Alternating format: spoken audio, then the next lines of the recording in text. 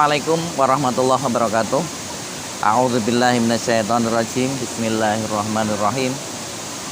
Qala Allah Ta'ala, ya ayyuhalladzina amanu kutiba alaikumusyamu kama kutiba alal ladzina min qablikum la'allakum tattaqun. Surat Al-Baqarah ayat 182. Ya ayyuhalladzina amanu, hai orang-orang yang beriman, kutiba alaikum, telah diwajibkan kepadamu asyamu, puasa, kama kutiba, sebagaimana telah diwajibkan alal ladzina min qablikum, kepada orang-orang sebelum kalian, la'allakum tattaqun, agar kalian semua menjadi orang yang bertakwa.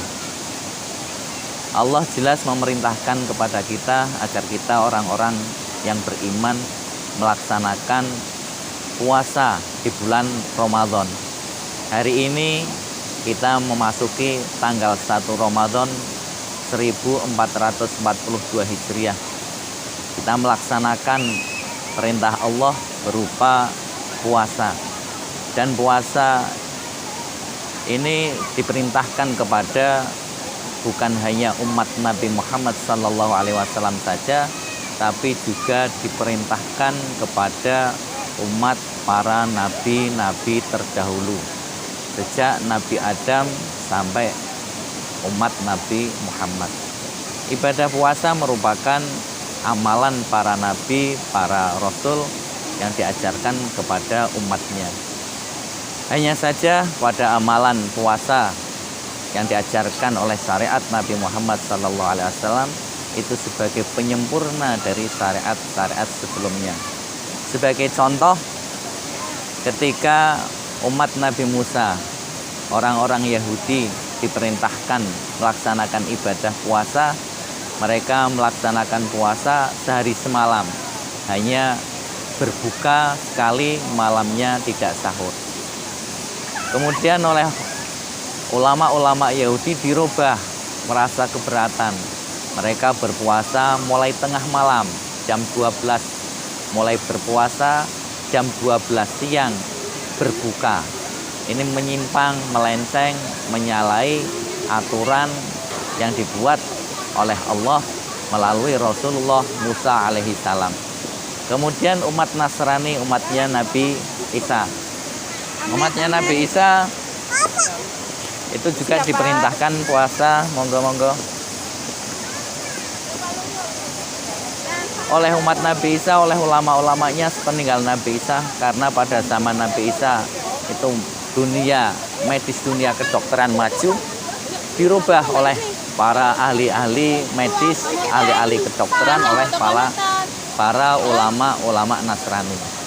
Sehingga muncullah bagi orang-orang yang mempunyai sakit tinggi kadar kolesterol, mereka tidak boleh memakan makanan-makanan bernyawa. Sehingga puasa menghindari makanan-makanan yang bernyawa seperti daging, baik itu daging ayam, daging kerbau, daging kambing, ikan, semua yang bernyawa dilarang. Sehingga mereka puasa meninggalkan makhluk-makhluk yang bernyawa. Ada lagi yang mempunyai kadar gula tinggi, mereka puasa meninggalkan nasi, karena dalam nasi terdapat glukosa yang tinggi dan sulit dicerna oleh darah, sehingga menjadi salah satu penyebab utama penyakit kadar gula tinggi, gula darah tinggi, atau diabetes atau kencing manis. Sehingga berjalan tradisi Nasrani bahkan sampai sekarang, dan sebagian dari kita juga umat Islam kadang mengikuti. Kita puasa meninggalkan hal-hal tertentu. Perlu kita ingat ajaran Rasulullah SAW mengajarkan puasa wajib hukumnya berpuasa, dan disunnahkan sahur ketika menjelang fajar. Kita berbuka ketika maghrib, segera berbuka. Ketika sahur kita disunahkan untuk bersahur. Dan dalam Islam disunahkan ketika berbuka itu harus segera berbuka. Ketika adzan maghrib tiba, Kita disunahkan untuk segera berbuka dengan pembukaan makanan atau minuman yang manis-manis seperti kurma, kola yang serba manis. Ketika minum pun manis, karena untuk memulihkan tenaga kita, energi kita yang bersumber dari gula itu setelah kita melakukan puasa sehari penuh.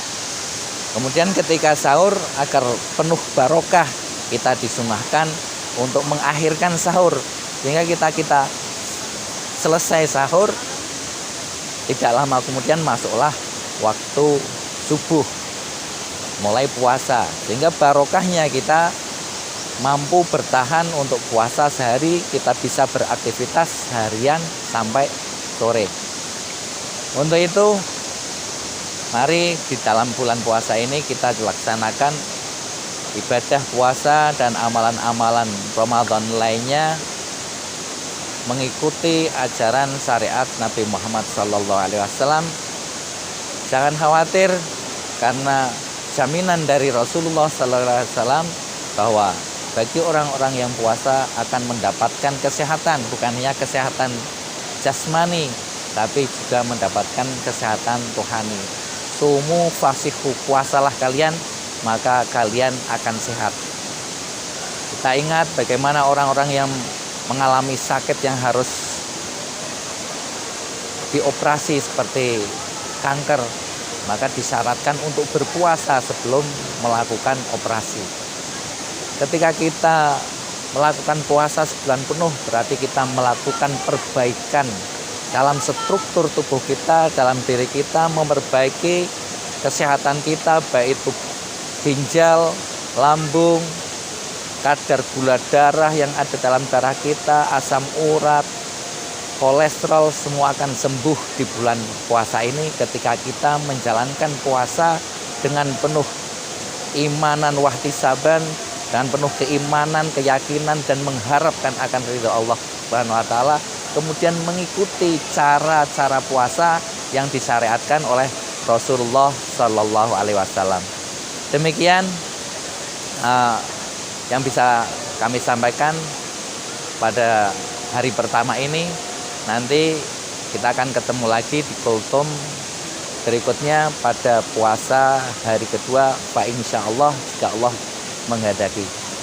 Billahi ridha wa sa'adah, al-afu minkum. Wassalamualaikum warahmatullahi wabarakatuh.